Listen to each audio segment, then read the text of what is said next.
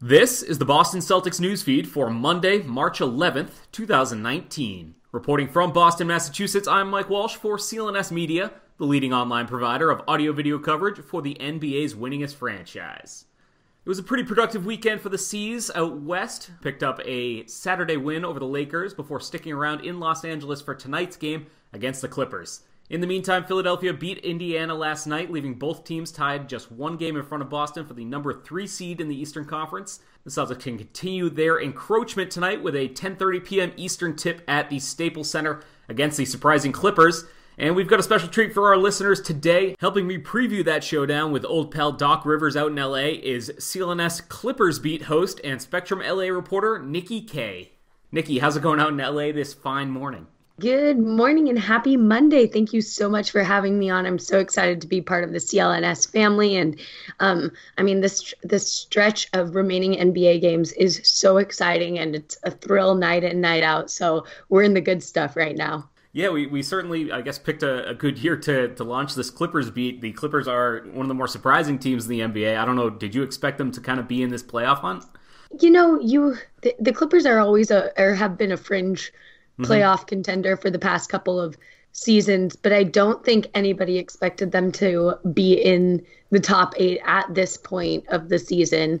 And they've proven, even after the trade deadline, when everyone saw them ship off Tobias Harris and thinking, that's kind of waving the white flag, yet here they are in the 7th spot. And maybe, I don't know if the 6th is a realistic expectation. Obviously, it's a rotating door with the Western Conference night in, night out. So it'll be a really fun remaining stretch here down the NBA final games of the regular season. Yeah, for sure. Celtics fans might not pay too much attention to the Clippers way out west, but they do own one of Boston's more embarrassing defeats this season. Yes. Yeah, a few weeks ago, LA wiped out a 28-point lead in Boston.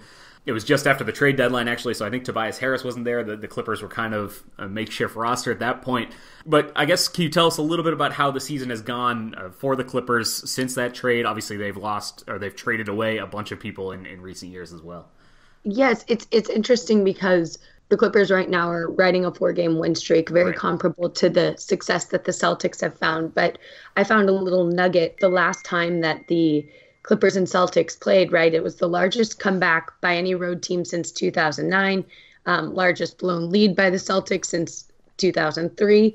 And then basically, that was kind of a tipping point for the Celtics into their downward spiral. And the Clippers, while they've kind of had to figure out a new offensive identity on the fly, have really thrived with the acquisition of Zubats and Landry Shamet, who's providing spacing on the floor. And then you look at just these reliable production numbers from Lou Williams and Danilo Gallinari. And when all else fails, because the Clippers don't have a roster full of star power, but Lou and Gallo are closers down the stretch. So Doc even kind of mentioned it with the Clippers' most recent win over the Thunder, right? It's like that he can go to the 2-man game. But other than that, this team is small, but they're feisty, a lot of 3-guard lineups, and kind of Patrick Beverly has been the galvanizing leader on the team. And even when he doesn't score any points in the course of 48 minutes or the course of his minutes, he's contributing night in, night out. So they're really gritty, and I think that's what fans can rally behind, kind of like the Celtics last season almost. For sure, yeah. You could kind of sense that, I think, coming with Beverly as soon as he did get healthy, that he was going to be that type of guy who could, like you said, be a galvanizing force. Like you said, the Clippers have won 4 straight. Boston on a little bit of a run here. But that Clippers streak includes that win over the Lakers. Obviously, them kind of almost bowing out of the playoff race at this point. What is the vibe between those two teams right now in LA? I know there's talk of maybe moving, but what's going on there? Yeah, it's really interesting because I think the Lakers, the sense within that locker room has just been from the jump of this season. And I did spend some time at some of their games, and it was a scene. It was tense. It was, high pressure. And then while I'm newer to the Clippers beat covering this team, you come into the locker room and it's loose and open, and there's some beauty in being the underdog, right? Because you defy expectations and, Oh, yeah. nothing can go wrong. But you look at the front office in the Clippers realm, and Steve Ballmer, Jerry West, they are big competitors and they want to make a splash and they want to do it. And it would be so sweet to, make the playoffs, make a little run. Lakers are out of the playoffs. And I do think Ballmer has plans on, moving to the Clippers' very own arena. But that while that may be a couple seasons down the stretch, it's like this team is out to prove that it can have its own imprint and following in LA. Now it just needs fans to follow. Yeah, for sure. Shifting gears here, I want to talk a little bit about tonight's game, Celtics-Clippers, 10:30 p.m. Eastern tip out at the Staples Center. But first, I want to tell you guys about Harry's. Harry's founders, like you and me, were tired of paying for overpriced and overdesigned razors. So they went out and created a company that gets you simple, durable, and quality blades at a fair price, shipped direct to your door. Great shave doesn't come from gimmicks. It comes from a company like Harry's, which owns over 20,000 five-star reviews on Trustpilot and Google. Harry's replacement cartridges, guys, they're going to cost you just $2. And by ordering through our podcast at harrys.com/BCN, you're going to get a $13 value trial set. Comes with everything you need for a close, comfortable shave. That includes, count it down with me, 1, a weighted ergonomic handle, 2, 5-blade razor with a lubricating strip and a trimmer blade for you to get up under the nose, keep those sideburns looking tight. Some rich lathering shave gel, a travel blade cover so you can take it out on, say, a road trip to LA. Listeners of this show can redeem their trial set at harrys.com/BCN. Make sure you go to harrys.com/BCN, that stands for Boston Celtics Newsfeed, BCN, to redeem your offer. And people know Lou Williams' game, I think. Patrick Beverly, we talked about a little bit as well. But what else should Celtics fans be paying attention to matchup-wise tonight? Is it, obviously Beverly's defense on Kyrie will be a big thing. You mentioned Danilo Gallinari. Is it him being fully healthy? Because honestly, I can't pay attention to too much out there, but I feel like I haven't seen him play basketball in like 5 years. So what is the point of emphasis and it's tonight? The Clippers have had a couple of interesting injuries from like Gallo being out, and he's back. And against the Thunder, he actually had a season high 32. Even like Luke Mbamute, who's like been out, and kind of it has seemed like more day to day or week to week than the injury has actually been, because now he's missed a hefty chunk of the season. I don't even know the number of games he's missed, but I'm most excited at night in, night out to see who Beverly's guarding, because he has put on the best player on the other team, especially with the departure of Avery Bradley. So I think Kyrie Irving will probably thrive in that sense as well, just from a competitor standpoint. So I'm really looking forward to that. I think Celtics fans, as they watch this game, be surprised by Landry Shamet, although he went off, I think, the last time these two teams played. And Doc is kind of unleashing him in former JJ Redick packages and stuff. So he's thriving.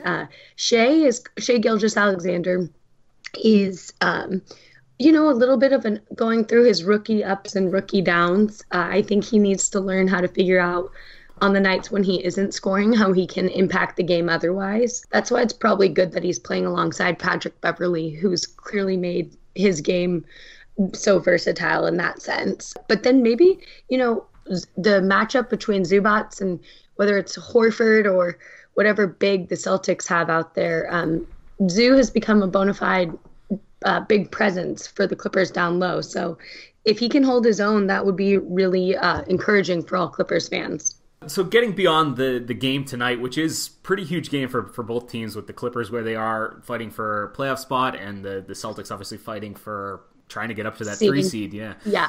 So beyond that, get into this summer. We get there. The big names are, Anthony Davis, Kawhi Leonard. The Celtics and Lakers are obviously huge in both these fields. Are the Clippers in on that too? Are they putting a lot of eggs in the Kawhi Leonard basket? Are they potentially in on Davis as well? What do you see happening down the road 2, 3, 4 months? It's interesting because I think this front office and franchise has done what it can to dream big, right? And the talk now is that people are talking about the Clippers franchise as a more, I guess, encouraging one than the state of the Lakers currently, right? What Jerry West and Steve Ballmer have done. And then also I think there's something to be said about the team putting itself in a winning position this season. That's encouraging to athletes and competitors from the outside. So sure. I think they've done what they can. And while big fish names, the Kawhis, the KDs, who knows, maybe even the Kyries. The hope is that one lands in Clippers land. If not, then maybe you kind of look at maybe the second tier guys like Kemba Walker or Jimmy Butler. I would guess, this is not an informed estimation by any point, but I would guess that there is star power on the Clippers roster come the beginning of next season.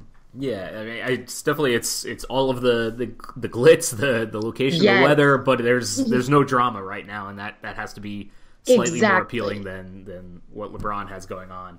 On the other half of it, nail on the head. Yeah.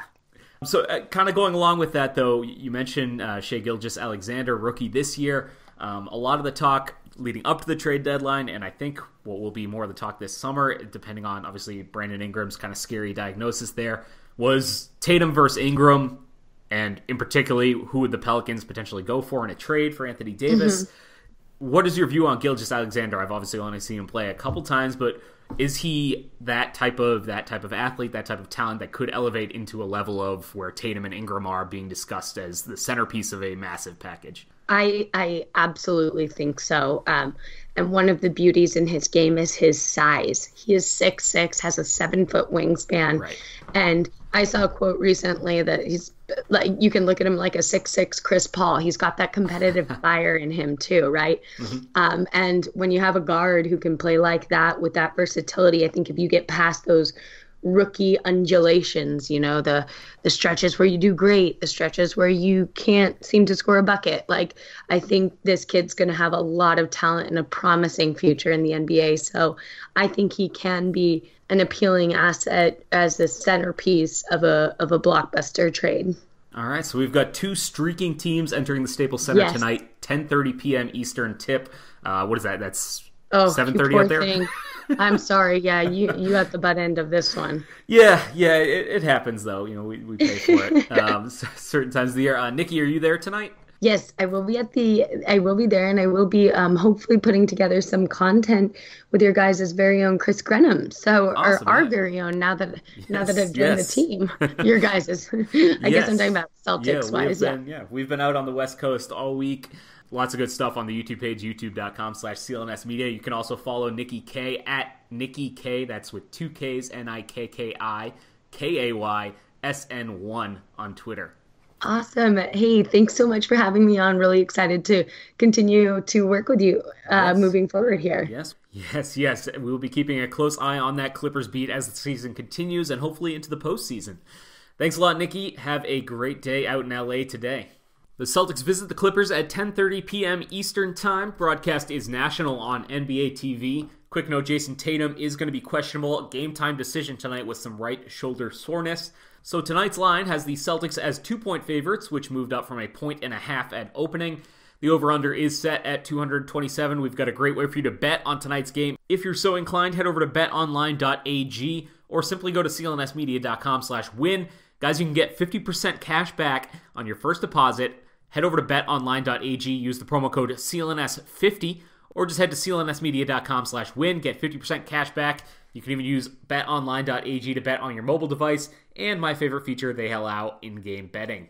Check us out on clnsmedia.com and follow along during the games to @CelticsCLNS on Twitter. Check in with the YouTube page, youtube.com/CLNS Media for new episodes of the Garden Report and all that post-game locker room content. My thanks to Nikki K of Clippers Beat and Spectrum LA for the guest spot on today's newsfeed. Until next time for the CLNS Media Network, this has been Mike Walsh.